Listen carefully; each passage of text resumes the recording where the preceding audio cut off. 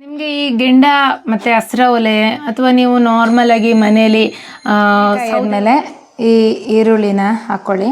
ಅವಾಗಲೇ ನೋಡಿದ್ರಲ್ಲ ನಮ್ಮ ಸುಟ್ಟ ಬದನೆಕಾಯಿಯ ಬಜ್ಜಿ. ಹಾಯ್ ಹಲೋ ಎಲ್ಲರಿಗೂ ನಮಸ್ಕಾರಗಳು. ನಾನಿವತ್ತು ಮಧ್ಯಾಹ್ನ ಊಟಕ್ಕೆ ಏನಾದರೂ ಸ್ಪೆಷಲಾಗಿ ಟ್ರೈ ಮಾಡೋಣ ಅಂತ ಊಟದ ಜೊತೆ ಸಾಂಬಾರು ಬದಲು ನಾನಿವತ್ತು ಬದನೆಕಾಯಿಂದ ಸುಟ್ಟ ಬದನೆಕಾಯಿಂದ ಬಜ್ಜಿ ಮಾಡೋಣ ಅಂತ ಇದ್ದೀನಿ. ಇದು ಸ್ಟೈಲಲ್ಲಿ ಅಂದರೆ ಒಲೆಯಲ್ಲಿ ಕೆಂಡದ ಒಲೆಯಲ್ಲಾದರೂ ಟ್ರೈ ಮಾಡ್ಬೋದು, ಇಲ್ಲಾಂದರೆ ಗ್ಯಾಸಲ್ಲಾದರೂ ಟ್ರೈ ಮಾಡ್ಬೋದು. ನಿಮಗೆ ಇವತ್ತು ನಾನು ಎರಡೂ ರೀತಿಯಲ್ಲಿ ಯಾವ ರೀತಿಯಾಗಿ ಮಾಡೋದು ಅಂತ ತೋರಿಸ್ತೀನಿ. ಇದಂತೂ ಏನಂದರೆ ನಿಮಗೆ ಮನೆಯಲ್ಲಿ ಇದೊಂದು ಇದ್ದರೆ ಆರಾಮಾಗಿ ಊಟನ ಚೆನ್ನಾಗಿ ತಿನ್ಬೋದು. ತುಂಬ ಸಿಂಪಲ್ ಮತ್ತು ಈಸಿಯಾಗಿ ಮಾಡ್ಬೋದು. ನಿಮಗೆ ಸಾಂಬಾರಿಗೆ ಗ್ರೈಂಡ್ ಮಾಡೋದು ಅದು ಇದು ಎಲ್ಲ ಏನು ಕಷ್ಟ ಇಲ್ಲ. ತುಂಬ ಸಿಂಪಲ್ ಮತ್ತು ಈಸಿಯಾಗಿ ಮಾಡುವಂಥ ರೆಸಿಪಿ. ಕಂದ ಮಾಡುವನಾ? ನನಗೆ ಹೆಲ್ಪ್ ಮಾಡ್ತೀಯಾ ಬಜ್ಜಿ ಮಾಡಲಿಕ್ಕೆ? ಸುಟ್ಟ ಬದನೆಕಾಯಿ ಬಜ್ಜಿ ಮಾಡಲಿಕ್ಕೆ? ಸರಿ. ಈ ಬದನೆಕಾಯಿ ಬಜ್ಜಿ ಮಾಡೋದಕ್ಕೆ ನಮಗೆ ಮುಖ್ಯವಾಗಿ ಬದನೆ ಬೇಕು, ಆಮೇಲೆ ಈರುಳ್ಳಿ, ಮೆಣಸು, ಆಮೇಲೆ ಕರಿಬೇವಿನ ಸೊಪ್ಪು, ಶುಂಠಿ, ಆಮೇಲೆ ಅಂಟಿಂಗು, ಆಮೇಲೆ ಒಗ್ಗರಣೆಗೆ ಎಣ್ಣೆ, ಇದು ಮೆಣಸು ಇದನ್ನ ತಿನ್ಬೋದು ನಾವು, ಆಮೇಲೆ ಸಾಸಿವೆ, ಆಮೇಲೆ ಮೊಸರು. ಬನ್ನಿ ಇದನ್ನ ಹೇಗೆ ಮಾಡೋದು ಅಂತ ತೋರಿಸ್ತೀವಿ. ಇವಾಗ ನಾವು ಇದನ್ನ ಕೆಂಡದಲ್ಲಿ ಸುಟ್ಕೊಳ್ಳೋಣ. ಕೆಂಡದಲ್ಲಿ ಮಾಡಿದರೆ ತುಂಬ ಟೇಸ್ಟ್ ಅನಿಸುತ್ತೆ. ಯಾಕೆಂದರೆ ಇವಾಗ ನಾವು ಹೇಗಿದ್ರೆ ಊರಲ್ಲಿದ್ದೀವಿ, ಅದಕ್ಕೋಸ್ಕರ ಹಸಿರು ಒಲೆಗೆ ಕೆಂಡ ಹಾಕಿದ್ದೀವಲ್ಲ ಅದರೊಳಗಡೆ ಈ ಬದನೆಕಾಯಿನ ಈ ರೀತಿಯಾಗಿ ನಿಮ್ಮದು ಕೆಂಡ ಯಾವ ರೀತಿ ಇರುತ್ತೆ ಆ ರೀತಿಯಾಗಿ ಅಲ್ಲಿ ಇಡಿ. ಇದು ಕಂಪ್ಲೀಟಾಗಿ ಬೇಯಬೇಕು. ಬೆಂದು ಅಂದರೆ ನಿಮಗೆ ಕಪ್ಪಾಗೋ ತನಕ ಇದನ್ನ ಚೆನ್ನಾಗಿ ಬೇಯಿಸ್ಕೊಳ್ಳಿ. ಹೊರಗಡೆ ಲೇಯರು ಕಪ್ಪಾಗುತ್ತೆ.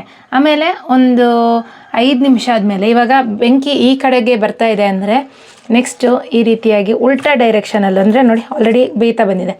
ಎಲ್ಲ ಕಡೆನೂ ಚೆನ್ನಾಗಿ ಬೇಯಬೇಕು. ಹೊರಗಡೆ ಲೇಯರ್ ಇದೆಯಲ್ಲ ನಿಮಗದು ಕಪ್ಪು ಕಲರ್ ಆಗುತ್ತೆ. ಆ ರೀತಿ ತನಕ ಅಲ್ಲಿ ತನಕ ಬೇಯಿಸ್ಕೊಳ್ಳಿ. ಒಂದು ಕೆಂಡದ ಮೇಲೆ ಡಿಪೆಂಡ್ ಆಗುತ್ತೆ. ಒಂದು 5ರಿಂದ 10 ನಿಮಿಷನಾದರೂ ತೊಗೋಬೋದು.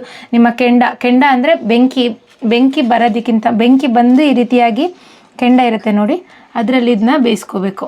ನಿಮಗೆ ಈ ಗೆಂಡ ಮತ್ತು ಹಸಿರ ಒಲೆ ಅಥವಾ ನೀವು ನಾರ್ಮಲಾಗಿ ಮನೆಯಲ್ಲಿ ಸೌದೆ ಒಲೆ ಉಪಯೋಗಿಸ್ಕೊಂಡು, ಈಗ ಆಲ್ರೆಡಿ ಗ್ಯಾಸ್ ಎಲ್ಲ ಖಾಲಿಯಾಗಿದೆ, ಗ್ಯಾಸ್ ಸಮಸ್ಯೆ ಇದೆ, ಇಂಥ ಟೈಮಲ್ಲಿ ಕೆಂಡ ಇದ್ದರೆ ಮಾಡೋದಕ್ಕೆ ಸುಲಭ ಆಗುತ್ತೆ. ಸಪೋಸ್ ಇಲ್ಲ ನಿಮ್ಮ ಮನೇಲಿ ಗೆಂಡ ಇಲ್ಲ, ಗ್ಯಾಸ್ ಸ್ಟವಲ್ಲಿ ಮಾಡ್ತೀರಾ ಅಂದರೆ ಅದನ್ನೂ ನಾನು ಯಾವ ರೀತಿಯಾಗಿ ಮಾಡೋದು ಅಂತ ತೋರಿಸ್ತೇನೆ ನೋಡಿ.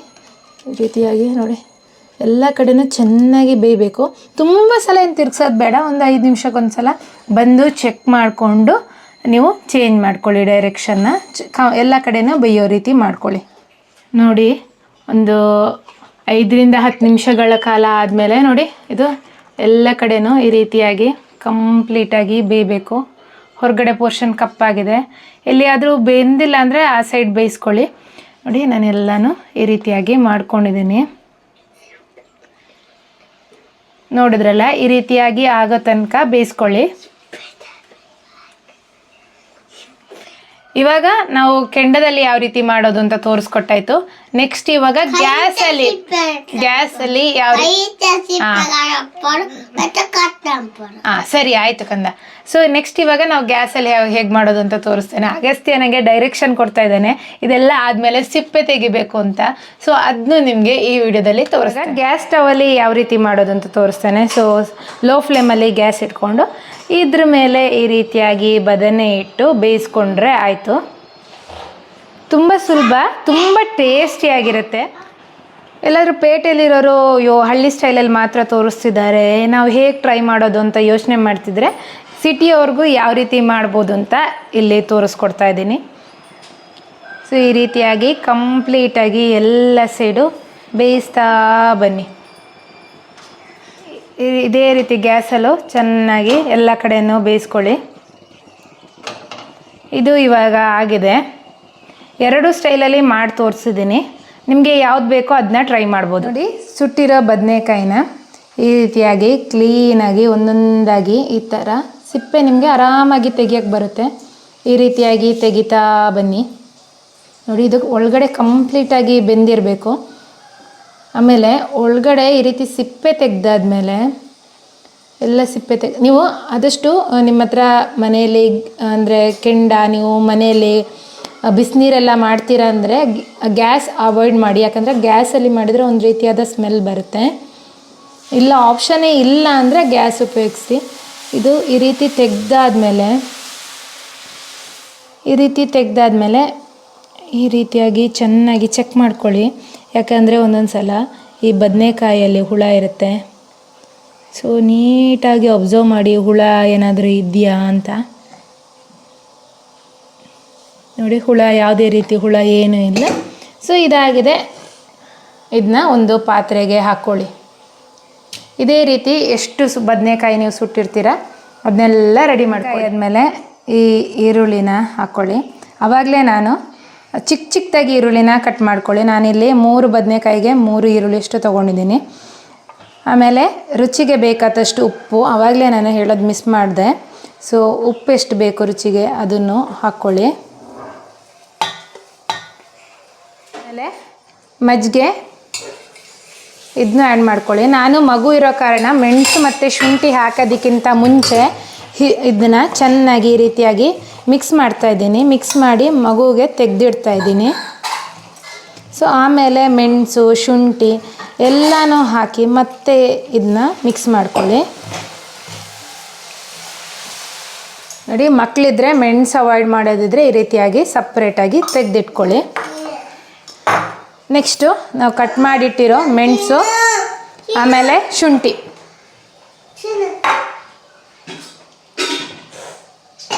ಇದನ್ನ ಹಾಕಿ ಮತ್ತೆ ಇದನ್ನ ಚೆನ್ನಾಗಿ ಮಿಕ್ಸ್ ಮಾಡ್ಕೊಳ್ಳಿ.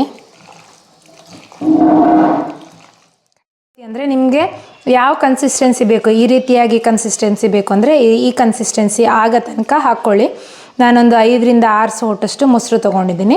ಇದನ್ನೆಲ್ಲ ಹಾಕಿ ಚೆನ್ನಾಗಿ ಮಿಕ್ಸ್ ಮಾಡಿಕೊಂಡ್ರೆ ನಮ್ಮ ಬಜ್ಜಿ ಆಯಿತು. ಇದಕ್ಕಿನ್ನು ನಾವು ಒಗ್ಗರಣೆ ಕೊಟ್ಟರೆ ನಮ್ಮ ಬದನೆಕಾಯಿ ಬಜ್ಜಿ ರೆಡಿ. ನಾವು ಒಗ್ಗರಣೆಗೆ ರೆಡಿ ಮಾಡ್ತಾಯಿದ್ದೀನಿ. ನಾನಿಲ್ಲಿ ಸೆಂಡಿಗೆ ಮೆಣಸು ಅದನ್ನೇ ಹಾಕ್ತಾ ಇರೋದು. ಇಲ್ಲ ಕೆಂಪು ಮೆಣಸಾದರೂ ಹಾಕೋಬೋದು, ಇಲ್ಲ ಅಂದರೆ ಆಮೇಲೆ ಸಾಸಿವೆ ಎಲ್ಲನೂ ಹಾಕಿ ಒಗ್ಗರಣೆ ಮಾಡ್ಕೊಳ್ಳಿ.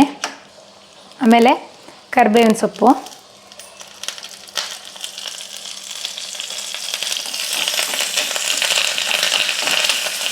ಒಗ್ಗರಣೆ ಆಯಿತು. ಸೊ ಇವಾಗ ಲಾಸ್ಟಿಗೆ ನಾನು ಅಂಟಿಂಗಿದೆಯಲ್ಲ ಅದನ್ನ ನೀರು ಮಾಡಿ ಇಟ್ಟಿದ್ದೀನಿ.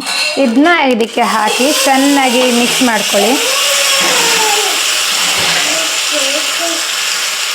ಇವಾಗ ಇದೆಲ್ಲ ಮಿಕ್ಸ್ ಆಗಿರೋ ಒಗ್ಗರಣೆನ ನಮ್ಮ ಬಜ್ಜಿ ಜೊತೆ ಮಿಕ್ಸ್ ಮಾಡಿಕೊಂಡ್ರೆ ನಮ್ಮ ಸುಟ್ಟ ಬದನೆಕಾಯಿಯ ಬಜ್ಜಿ ರೆಡಿಯಾಗಿದೆ.